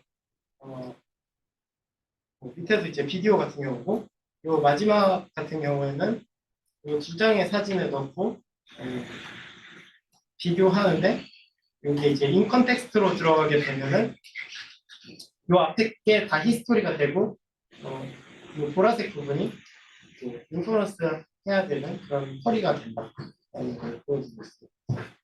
다 인 컨텍스트로 만들었다. 그 과정이 처음에는 그 GPT-4한테 샘플을 만들어 달라고 합니다. 프롬프트를 주고 프롬프트랑 그다음에 이 오브젝트 디텍션 된 결과를 주고 샘플을 만들어 달라고 해요. 인 컨텍스트 샘플을 만들어 달라고 해요. 그래서 콜드 스타트 단계에서는 이게 인 컨텍스트 이그샘플이 충분한 퀄리티를 보장하고 있는지를 검사를 한 다음에 이 정도 프롬프트면은 인 컨텍스트 이그샘플이 잘 나오겠다라고 하는 시점에 요 인 컨텍스트 이그샘플을 넣고 인스트럭션을 생성을 합니다. 그러면 그 인스트럭션 생성된 게 다시 인 컨텍스트 이그샘플이 돼서 다시 프롬프트 안에 그 이그샘플이 포함돼서 또 인스트럭션을 생성하고 이런 식으로 이제 이 쳇바퀴를 돈 다음에 여러 가지 그 언어로 트랜스레이션을 한다. 라는 이 과정을 돌리게 되고 이 과정이 사이프스고 그렇게 해서 모은 데이터의 소스들은 코코에서 모았고 그다음에 싱 디퍼런스 데이터셋에서 모았고 그다음에 인도어 씬에서 모았고 BC에서 모았고 비주얼 스토리에서 모았고 TBC에서 모았고 이런 식으로 모았습니다. 근데 이제 가장 많이 모아진 데이터는 그 저거더라고요. 에고센트릭 데이터를 가장 많이 모았더라고요. 거의 90% 이상을 에고센트릭에서 모았고 그래서 그 뒤에 보여드릴 예제 같은 경우에 이런 식으로 이제 비주얼 어시스턴트로 활용하는 예제가 굉장히 잘 되는 것 같아서 신기하더라고요. 뭐 데이터에 OCR도 당연히 포함이 되어 있기 때문에 OCR도 이런 식으로 인 컨텍스트 이그샘플을 보여주고 이건 펩시고 이런 식으로 말하고 이렇게 말하고 하면은 잘 된다 경우.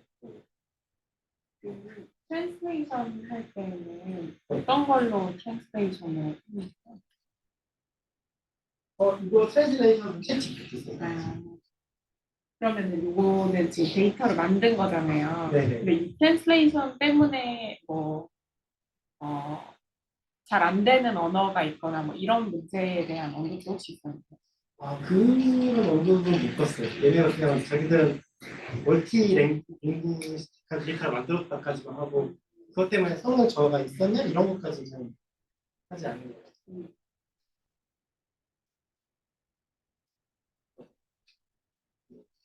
이 데이터로 학습한 모델의 이름이 오토라고 하고 그거 이제 example을 보면은 이런 식으로 어디다 패스할까? 그러면 착륙하려면 뭐 해야 돼?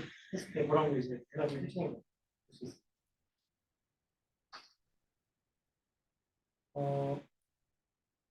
그래서 이제 얘네들도 이제 벤치마크를 찾다가 마기 벤치마크라는 거가 있었는데 지금은 없습니다. 찾아보니까 없더라고요. 표에는 나와 있는데 이런 식으로 나와 있는데 그래서 이 데이터를 직접 보려고 들어가 봤는데 얘네들이 이 코코의 이미지에다 그러니까 코코 이미지에서 이런 뭔가 파인그레인드 된 애들만 모아놓고 폴스한 이미지만 모아놓고 그다음에 이런 것들을 모아놓은 벤치마크 셋이 있다고 하는데 그거는 좀 못 찾았습니다. 데이터가 어떻게 되는지 좀 보려고 했는데 못 찾았고 그거 말고 이제 VQ 비디오 언더스탠딩 데이터 같은 경우에는 얘네들의 성능이 굉장히 좋더라고요. 보라색이 있는 성능인데 QA도 있고 캡셔닝도 있는데 기존에 있던 이제 비디오 챗 GPT라는 모델에 비해서 굉장히 아웃퍼폼한 결과를 보여주었다고 봤고요. 그다음에 멀티모달 아레나라는 그 이밸류에이션 사이트가 있더라고요. 거기서는 그 모델들에 대해서 레이팅을 정해줍니다. 사람들이 얘가 이겼어, 얘가 이겼어. 둘이 싸워서 얘가 더 잘했으면 얘가 이겼어. 그거를 했을 때 이제 자기들이 학습한 모델이 이제 다른 나바라든지 이런 거 다 이기고 EIO 레이팅을 달성했다는 이게 저희가 게임할 때 롤 레이팅 달성하니까 알고리즘이라고 해요. 호구 캡션도 오픈 플라밍고에 비해서 좀 좋았다. 제로샷부터 16선까지 더 좋았다.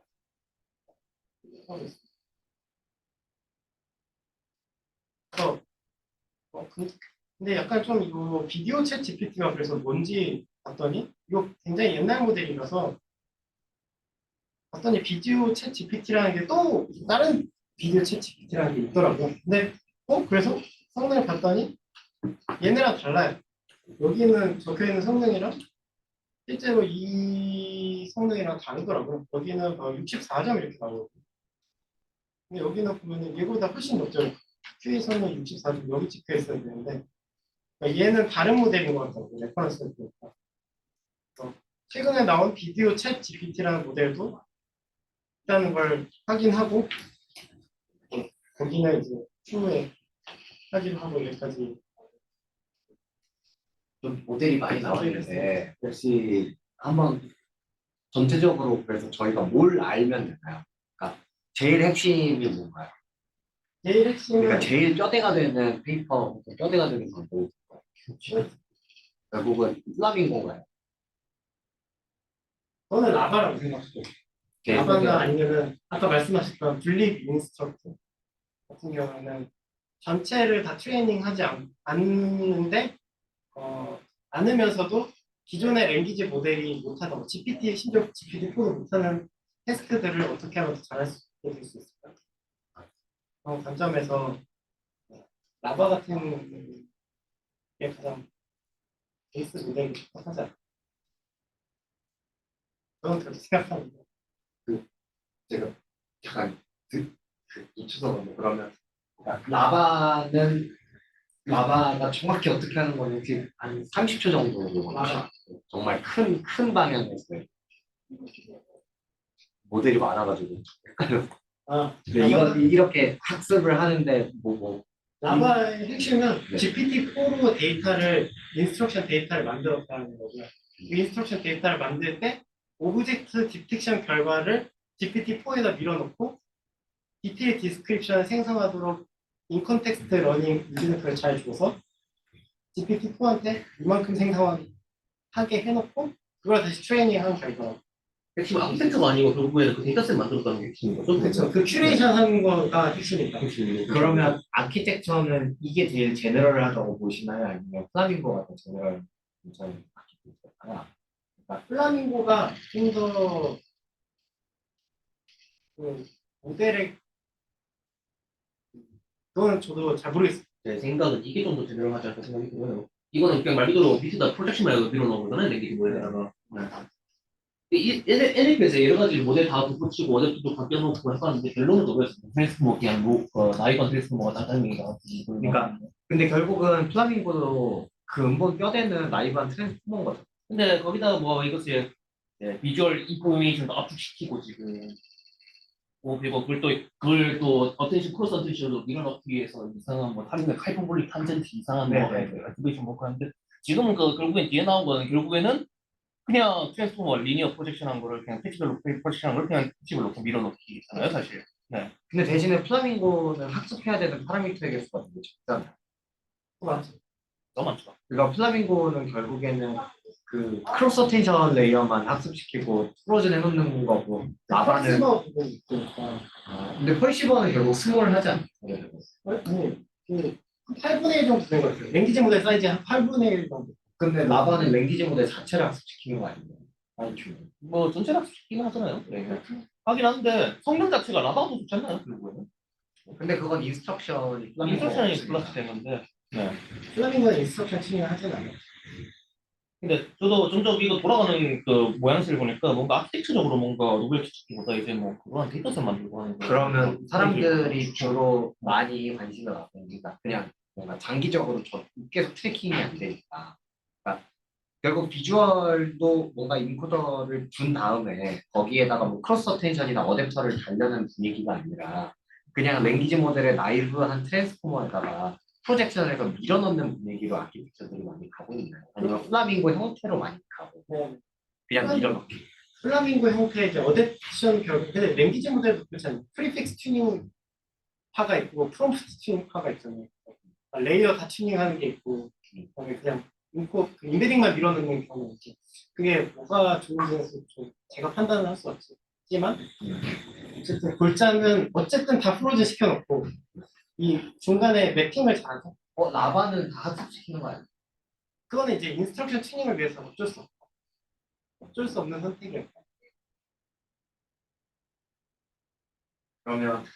그러면 뭔가 이 큰 틀에서의 연구의 흐름이라는 거는 결국은 비주얼 제너럴 레프레젠테이션 러닝 모델 있고 학습시키고 프로즌하고 랭귀지도 제너럴한 레프레젠테이션 러닝 하나 있고 그 다음에 그 둘을 그냥 밀어넣든 간에 아니면 둘을 한번 맞춰주는 작업이 있던 간에 맞춰줄 수도 있고 아니면 그냥 랭귀지 쪽이 더 크니까 밀어넣을 수도 있고 비전이 그건 옵션이고 그 다음에 인스트럭션 튜닝을 해야 이 전체적으로 더 좋아진다라는 거죠. 앞으로의 연구들은 다 인스트럭션 튜닝을 하우가 되는 게 1, 2년 정도의 기조일까요?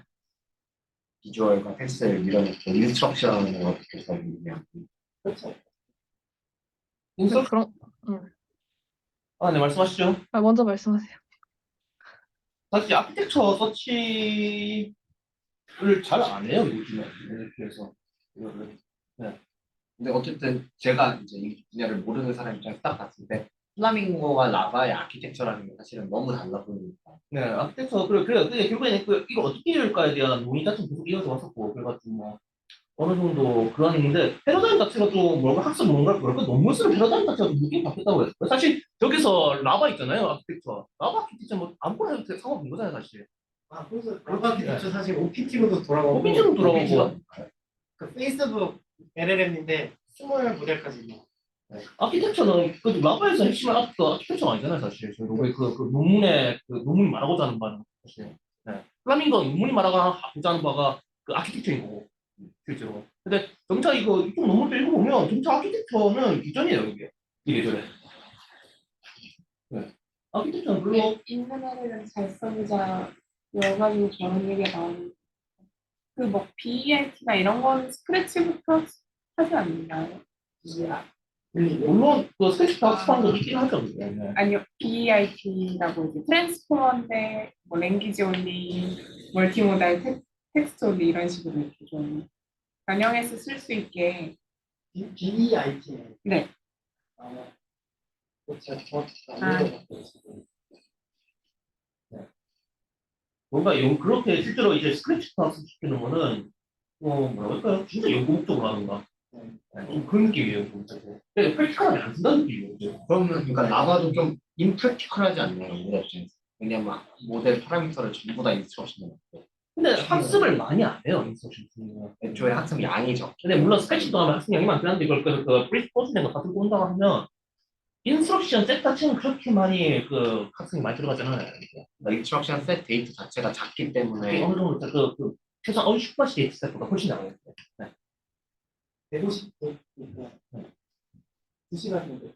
근데 그렇게 150K 데이터밖에 안 된다고 가정을 했을 때는 플라밍고 형태로 학습을 하는 게 그 펄시버를 학습하는 게 오히려 어려울 수도 있을 것 같아서 저렇게 밀어넣는 게 좋을 수도 있을 것 같아요. 그 래핑을 학습하는 데는 얼마 안 드니까. 네. 실제로 라바는 그냥 CC 사면 가지고 프리트레인 하고 끝나고 있어요. 그러면 앞으로도 그냥 밀어넣는 연구들이 주로 될 수도 있다. 제너럴한 노을리지 배우는 건데 밀어넣고 이제 저걸 어떻게 활용할까에 대한 이야기가 나올 수 있다고 생각해요. 실제 최노소트가 인스트럭션 툴이 나오고 나오는 부분이니까 또. 근데 마지막 요거까지는 하면 좋을 것 같은데요. 이것도 아마 저번 주가에 나온 모델인 걸로 알고 있는데 이번에는 지금은 제가 소개드렸던 모델은 다 인풋이 이미지가 인풋으로만 들어오고 아웃풋으로는 텍스트만 나왔잖아요. 그럼 이제 텍스트 아웃풋으로 이미지를 내보고 싶은 시도들이 몇 개 있더라고요. 몇 개라고 해봤자 이 사람들이 다예요. 이 사람들이 이 뒤에 있는 논문도 이 사람들이 있었고 앞에 있는 논문도 이 사람들이 있었습니다. 그 연구실에서 이걸 쓰고 있는 것 같고 그래서 하고 싶은 말은 뭐냐면 이렇게 이런 다이알로그가 진행될 때 리트리버도 하고 예를 들어 비버 찾아줘 하면 해당하는 이미지를 그 클립에서 서치하듯이 인베딩을 하나 생성해서 그걸로 인베딩 서치를 해서 그림을 찾아주고 그거에 이제 이 컨텍스트에 기반해서 뭐 이거를 연필로 그려줄래? 하면은 사실 그 연필로 그린 그림을 찾을 수가 없잖아요. 데이터셋에. 그런 경우에는 이제 제너레이션을 해주는 거죠. 그랬을 때 이제 제너레이션 하는 모델이 스테이블 디퓨전이 있는데 그 디퓨전 모델과 이 아웃풋에 나오는 텍스트 인베딩을 어떻게 하면 잘 온라인 시켜줄 것인가에 대한 논문이라고 보시면 될 것 같습니다. 스테이블 디퓨전 같은 경우에는 앞에 있는 컨텍스트를 좀 덜 그냥 이해할 수가 없겠죠. 왜냐하면 이거 그 다이알로그 모델이 아니니까, 랭지 모델이 아니니까. 근데 이제 자기네들은 앞에 있는 컨텍스트를 어느 정도 이해해서 비버에 대한 카툰 모델을 만들 수 있다. 이런 얘기를 하고 있습니다. 사실 그렇게 잘 되는 것 같지는 않습니다. 아키텍처적으로 다른 점은 요거는 조금 저는 신기하다고 생각했어요. 그러니까 여기 이 부분, 이 왼쪽 부분은 랭귀지를 생성하는 학습 단계. 그러니까 저희가 아까 봤던 그 모델이랑 똑같 비주얼 코더 넣어서 이미지 토큰에다가 매핑 시켜놓고 그냥 그 아까 호주님이 말씀하신 것처럼 그냥 간단하게 인베딩에다 밀어넣고 LLM에다가 이제 밀어넣는 거죠. 그래서 요 캡션을 잘 생성하냐를 학습을 시키고 당연히 이건 학습을 하고 근데 얘네들이 이제 추가적으로 학습하는 이미지를 생성하기 위해서 추가적으로 학습하는 방법이 뭐냐면 인풋에 이 아비터리 토큰을 R개를 밀어 넣어줘요. LLM. 그래서 마치 얘네들이 그 픽스, 프리픽스 아니 포스트 픽스처럼 앞에 있는 설명에 관련된 어떤 인베딩으로 변화될 수 있도록 포스트 픽스 인베딩을 RK를 붙여주고 그 LLM에서 어쨌든 얘가 오토 리그레시브하게 돌아가기 때문에 뒤에 같은 개수만큼 이 대응되는 인베딩이 나올 거잖아요. 이 인베딩을 길 매퍼라고 하는데 사실 여기도 그겁니다. 그 러너블 쿼리로 이렇게 어텐션 거는 러너블 쿼리로 어텐션 거는 거를 통해서 어텐션을 하나 만들고 그거를 이 스테이블 디퓨전 텍스트 인코더의 결과랑 MSE 로스로 이제 가까워지도록 학습을 합니다. 그럼 나중에 결국에 얘가 하게 되는 거는 요 이미지 결과를 이 인베딩으로 만든 다음에 스테이블 디퓨전에 던져주면 그림이 나오는 거예요. 그래서 스테이블 디퓨전도 학습하지 않고 LLM이 그 스테이블 디퓨저의 이 레이턴트 스페이스 벡터만 가지고 그 텍스트 인코더에 나온 레이턴트 스페이스 벡터만 가지고 그 이미지를 생성할 수 있겠다라는 거고 거기에 추가적으로 이 이미지 토큰에 나오는 첫 번째 시퀀스의 인베딩은 우리가 클립에서 트레이닝 할 때 네거티브 컨스트럭티브 로스를 주잖아요. 그걸로 이제 비주얼 인코더랑 학습을 해서 클립으로 리트리벌도 하면서 스테이블 디퓨전으로 생성도 할 수 있게끔 모델을 만듭니다. 근데 이제 여기서 고무적인 점은 스테이블 디퓨전 프로세스처럼 헤비한 걸 돌지 않고 결국에 그냥 그 인베딩 매핑만으로 이걸 해결했다라는 점이 좀 신기했고 뭐 수식은 제가 말씀드린 거를 그대로 말하고 있어요. 방금 말씀하신 그 오른쪽 그림이 잘 이해가 안 가는데요. 아, 이게 거기서 스테이블 디퓨전 텍스트 인코더라는 게 아까 그 스테이블 디퓨전 뭔가 성능이 안 좋지 않았나요? 아닌가요? 아닌가요? 그건 다른 건가? 그러니까 여기서 스테이블 디퓨전 인코더를 해서 그러니까 스테이블 디퓨전 텍스트 인코더의 단점이 뭐냐면 컨텍스트를 이해를 못해요. 롱 컨텍스트. 그러니까 애초에 인코더 자체가 77개의 단어밖에 안 되고 네.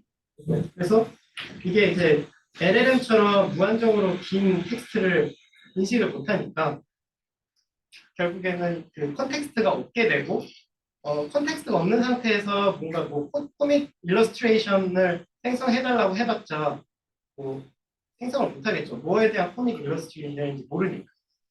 근데 이제 랭귀지 모델 같은 경우에는 앞에 있는 컨텍스트가 어쨌든 LLM의 인풋으로 다 컨캡해서 들어갈 수 있고 이 LLM이 하는 거는 스테이블 디퓨전이 결국에 잘하는 거는 이미지 한 장을 잘 생성하는 거잖아요. 그러니까 그 이미지 한 장을 잘 생성하는 어떤 텍스트 인베딩을 생성할 수 있도록 이 아비터리 포지션 포스트 픽스 인베딩을 트레이닝을 하는 거죠.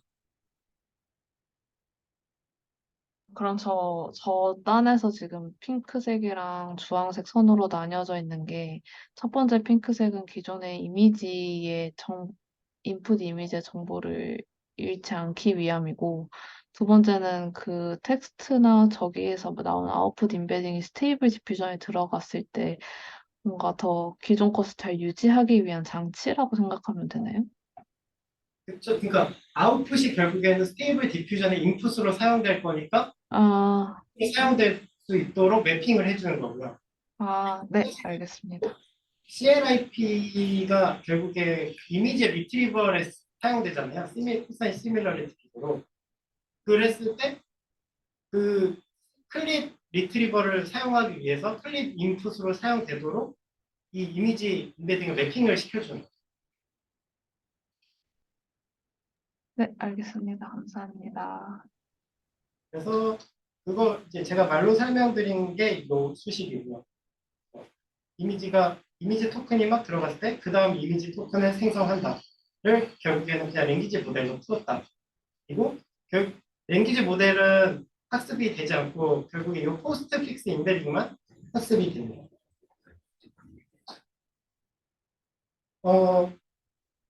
그래서 근데 이제 저희가 의문점을 가지는 거는 그러면 언제 리트리버를 하고 언제 이 스테이블 디퓨전으로 생성을 할까인데 이거는 이제 휴리스틱으로 얘네가 룰을 정했습니다. 뭐냐면 일단은 리트리버리 우선이고 리트리버리 안 되면 제너레이션을 한다로 해서 이 리트리버를 할 것인지 제너레이션을 할 것인지를 디시전하는 모델을 학습을 시킵니다. 그 데이터를 만들어서 학습을 시키고 그래서 리트리버를 하는 경우에는 첫 번째 토큰을 따와서 시밀러리티 비교해서 보여주고 제너레이션 하기로 결정됐으면 스테이블 디퓨전으로 이 이미지 토큰들을 길 매퍼라는 걸로 통과시켜서 스테이블 디퓨전으로 생성을 합니다. 그 길 매퍼는 오른쪽에 보이시는 것처럼 러너블 쿼리가 있고 요거를 LLM에서 생성한 이미지 인베딩에 대해서 크로스 어텐션을 걸어가지고 리파인을 합니다. 그래서 요 리파인 된 거가 결국에 스테이블 디퓨전의 인풋이랑 매핑이 돼 있다. 매핑 되게끔 학습을 한다라고 보시면 되겠습니다.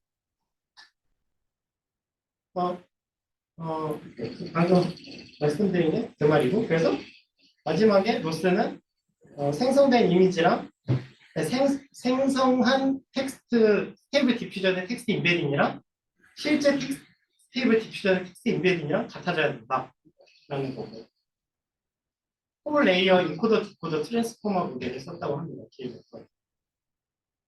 그리고 크로스 어텐션 네거티브 컨스트럭티브 로스 같은 경우는 CLIP랑 동일한 로스를 썼고 그래서 그러면은 제너레이티브를 할지 리트리버를 할지 어떻게 결정하냐면 파티 프롬프트라는 곳에서 스테이블 디퓨전을 평가하기 위해서 1632개의 프롬프트를 준비해 놓은 게 있대요. 이 프롬프트는 일부 프롬프트는 실제 있는 사진이고 일부 프롬프트는 세상에 존재하지 않을 사진을 설명하는 프롬프트라고 합니다. 그래서 그러면은 이제 세상에 존재할 사진은 리트리버를 하면 되고 세상에 존재하지 않을 사진은 생성을 하면 되겠죠. 그거를 휴먼 어노테이터가 보고 어그리를 많이 한 것에 대해서는 이제 리트리버리라고 라벨링 해놓고 그다음 리트리버로 휴먼 어노테이터가 이건 리트리버리지라고 이 프롬프트를 리트리버리지라고 했으면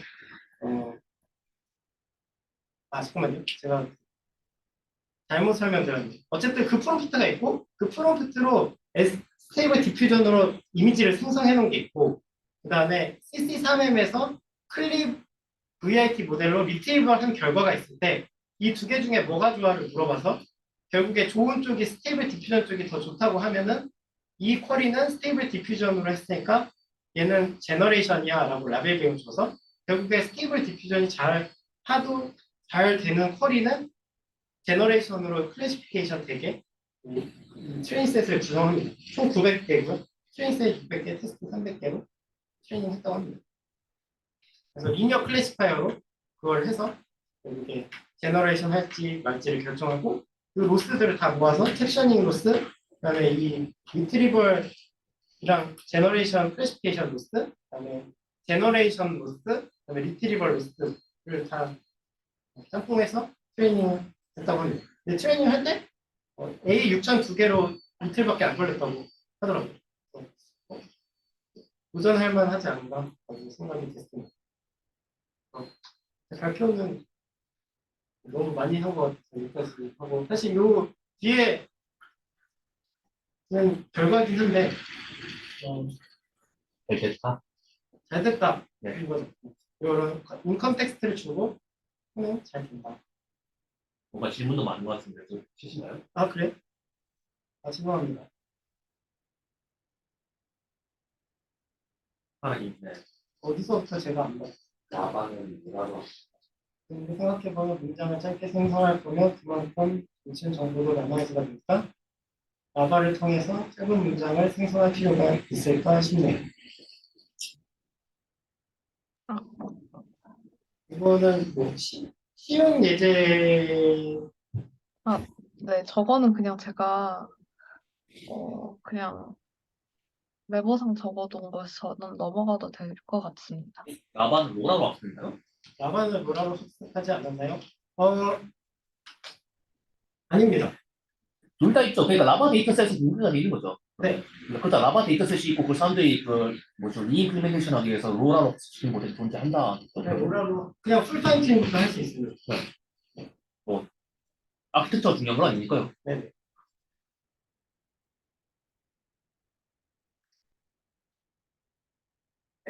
질문이 없으면은 여기까지 해야 될 것 같아요. 뒤에는 그래서 논문이 캡션이 이미지 잘 생성한다. 일일이 이걸 사실 알기가 좀 디테일을 아는 건 너무 어려운 것 같은데, 그러니까 결국에 말했던 대로 아키텍처적으로 사람들이 크게 찾고 있지 않다. 이건 맞는 말입니다. 네. 아키텍처적으로는 지금 별로 이제 좀 수렴됐다. 큰 애들이 있고 스티브 디퓨저, 클립, LLM 걔네들을 이제 어떻게 비전 모델 그래서 어떻게 연결하냐 그 관건입니다. 클립은 이미 연결이 되어 있으니까 그냥 클립 방식으로 계속 학습을 시키면 되니까. 이거 걔를 중간 단계로 쓰는 것 같아요.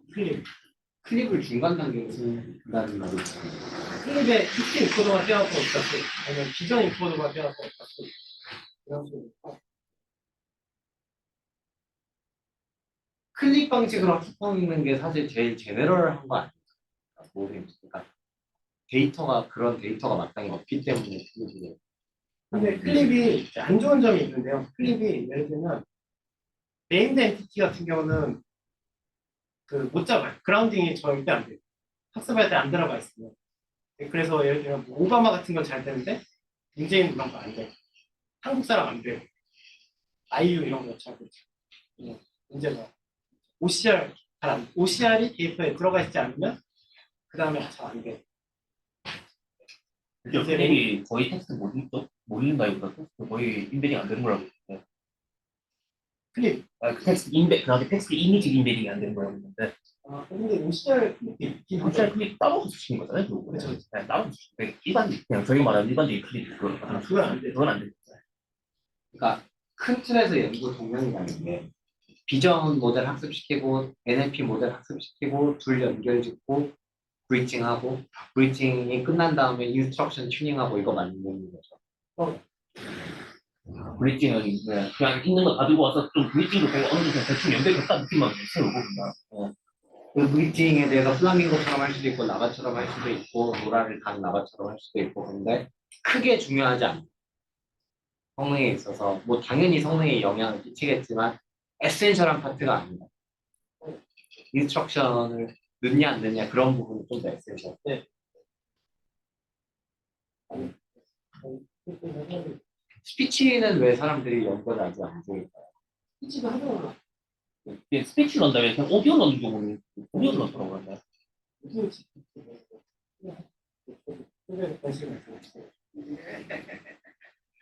굳이 스피치 말고 그냥 텍스트 따라가지고 텍스트 바로 넣으면 돼요.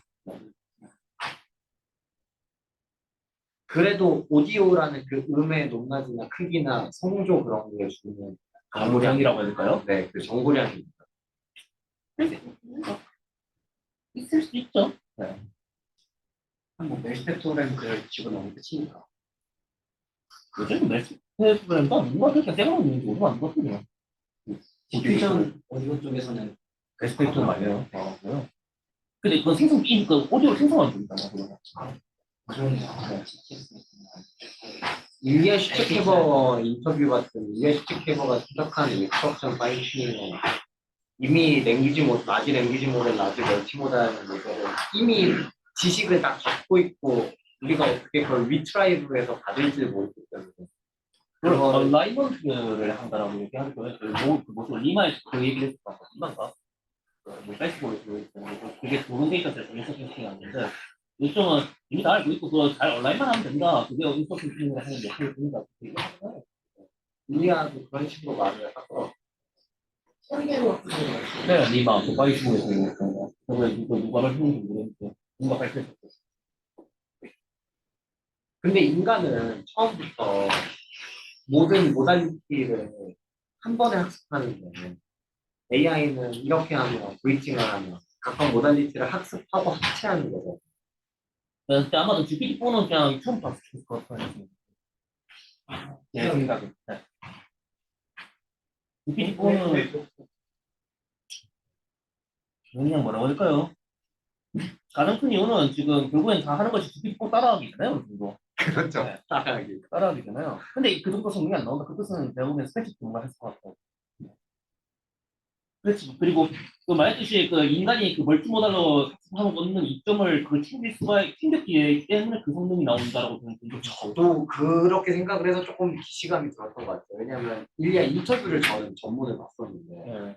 일리아가 했던 말이 사과랑 오렌지가 비슷하다라는 거를 시각 정보가 들어오면 언어 정보에 그게 반영이 될 수 있다. 그러니까 사과는 빨강색이고 오렌지는 노란색이고 주황색이고 이 둘은 되게 비슷한데 랭귀지만 가지고 갔을 때는 그 둘이 비슷하다라는 걸 유추하기가 되게 힘든데 시각 정보를 보면 랭귀지 벡터의 그런 정보가 잘 담길 수 있다라는 식으로 얘기를 하더라고요. 그리고 제가 그렇게 생각하는 이유가 하나도 있는데 오픈AI가 스크래치 편집하는 걸 되게 좋아해요. 네. 그래서 스크래치부터 이미지, 비전 이미지를 기대했을 거라고 생각해요.